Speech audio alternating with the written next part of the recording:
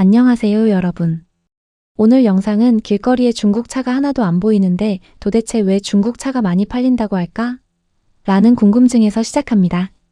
요즘 뉴스나 유튜브를 보면 중국산 전기차가 한국 시장을 무서운 속도로 잠식하고 있다는 소식이 끊이지 않고 나옵니다. 실제로 최근 발표된 자동차 등록 통계를 보면 중국산 수입차의 점유율이 40%를 넘어서며 수십 년간 1위를 지키던 독일을 최초로 제쳤습니다. 많은 분이 내 주변엔 중국 차 탄다는 사람 한 명도 없는데 말도 안 된다고 생각하실 겁니다. 하지만 이것은 착시 현상일 뿐, 실제 데이터와 우리 일상 속을 들여다보면 이미 놀라운 변화가 일어난 상태입니다.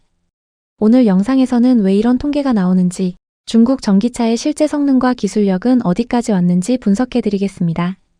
가장 먼저 우리가 정리해야 할 핵심은 바로 중국산 테슬라의 존재입니다. 우리가 길거리에서 매일같이 마주치는 테슬라 모델 Y와 모델 3가 대표적인 사례입니다. 많은 분이 미국 브랜드인 테슬라를 탔다고 생각하지만 통계 서류상 이 차들은 엄연히 메이드 인 차이나 중국산 자동차입니다. 테슬라는 차량 생산 단가를 획기적으로 낮추기 위해 중국 상하이 기가팩토리에서 제조된 차량들을 한국으로 대량 수입하고 있습니다.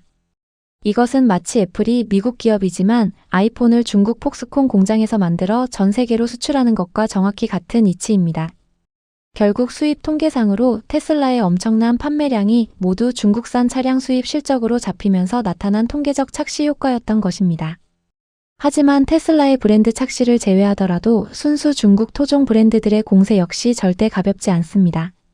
세계 전기차 판매량 1위 기업인 중국의 BYD는 이미 승용차 시장에 본격 진출하여 무서운 성장세를 보여주고 있습니다.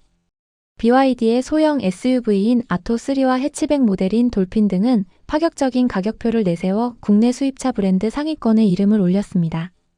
승용차뿐만 아니라 대중교통인 시내버스와 마을버스 시장을 들여다보면 이미 전기버스의 절반 가까이가 중국산 브랜드입니다. 상업용 1톤 화물 트럭과 택배밴 시장에서도 중국산 저가 전기차들이 소상공인들 사이에서 빠르게 자리를 잡았습니다. 그렇다면 많은 분이 가장 우려하시는 부분인 중국 전기차, 과연 믿고 탈 만큼 성능과 안전성이 괜찮은가? 에 대해 살펴보겠습니다. 과거 우스갯소리로 치부되던 조잡한 카피캣 중국차의 시대는 이미 완전히 끝났다고 보셔야 합니다. 특히 전기차의 핵심 부품인 배터리 분야에서 중국의 기술력은 글로벌 시장을 주도할 만큼 강력해졌습니다. BYD가 자랑하는 칼날 모양의 블레이드 배터리는 리튬 인산철 기반으로 열 안정성이 매우 뛰어납니다. 송곳으로 배터리를 관통하거나 고온으로 가열해도 화재나 폭발이 거의 일어나지 않을 정도로 안전성을 확보했습니다. 차체의 강성이나 충돌 시 탑승자를 보호하는 세시 설계 기술도 대폭 개선되었습니다. 유럽의 까다로운 안전도 평가인 유로 NCAP 테스트에서 중국의 주요 전기차 브랜드들이 최고 등급인 별 5개를 연이어 획득했습니다. 하지만 반대로 아직 명확하게 드러나는 한계와 단점도 분명히 존재합니다. 최근 국내 자동차 안전도 평가인 KNCAP 결과에 따르면 중국 승용차는 충돌 안전성에서는 우수한 점수를 받았습니다. 그러나 능동형 사고 예방 장치인 ADAS 성능이나 보행자 및 장애물 감지 제어 소프트웨어 부문에서 점수가 크게 깎였습니다. 급정거 센서나 차선 유지 보조 기능처럼 정교한 센서 튜닝과 인공지능 제어 기술에서는 아직 개선할 부분이 많다는 뜻입니다. 또한 서스펜션의 승차감이나 고속 주행 시 느껴지는 핸들링 반응, 실내 내장재의 세밀한 조립 마감 같은 전통적 완성도도 아쉬운 요소입니다. 그럼에도 불구하고 전 세계가 중국 전기차에 긴장하는 이유는 단연 압도적인 가격 경쟁력 때문입니다. 미국이 중국산 전기차에 100% 관세를 부과하고 유럽연합이 반보조금 관세를 올리며 막아서는 이유도 바로 여기에 있습니다. 중국은 자국 내 완벽하게 구축된 배터리 및 부품 공급망을 바탕으로 타국이 따라올 수 없는 저렴한 생산 단가를 자랑합니다.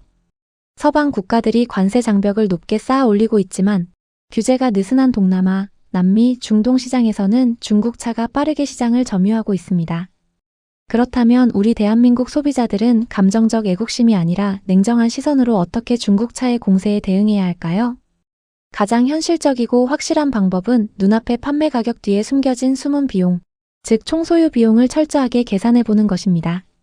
자동차는 살 때 내는 신차 가격이 전부가 아니라 타면서 발생하는 유지비와 팔 때 받는 중고차 값이 매우 중요합니다.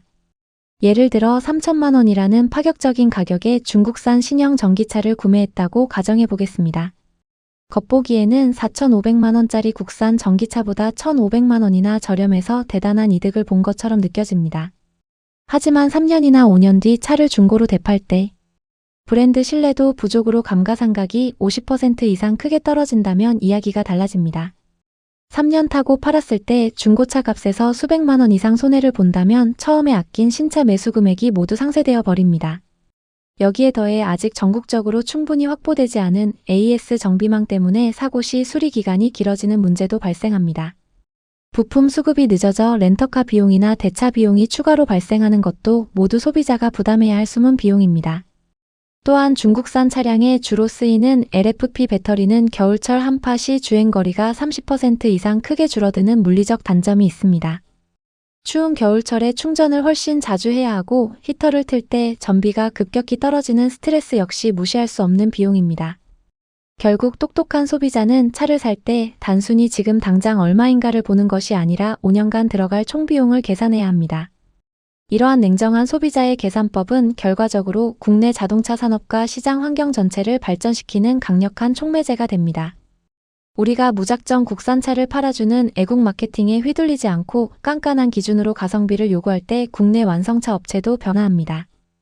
현대차와 기아 같은 국내 기업들도 중국의 저가 공세에 맞서기 위해 EV3나 EV4 같은 합리적인 보급형 전기차 라인업을 내놓게 됩니다. 정부 역시 배터리 재활용성과 화재 안전 기준을 엄격하게 적용하여 안전성이 검증되지 않은 저가 차량의 유입을 제도적으로 제어하게 됩니다. 결론적으로 중국차를 무조건 배척하자가 아니라 숨은 비용과 안전성을 까다롭게 따지는 스마트한 소비자가 되자가 정답입니다. 오늘 영상 내용을 바탕으로 여러분도 전기차나 하이브리드 차를 고민하실 때 눈앞의 할인에 현혹되지 않으셨으면 좋겠습니다. 여러분의 합리적이고 까다로운 선택이 결국 더 안전하고 가성비 좋은 차들이 시장에 나오게 만드는 가장 큰 힘입니다. 오늘 준비한 영상은 여기까지입니다. 영상이 도움이 되셨다면 구독과 좋아요, 알림 설정까지 부탁드립니다. 시청해주셔서 감사합니다.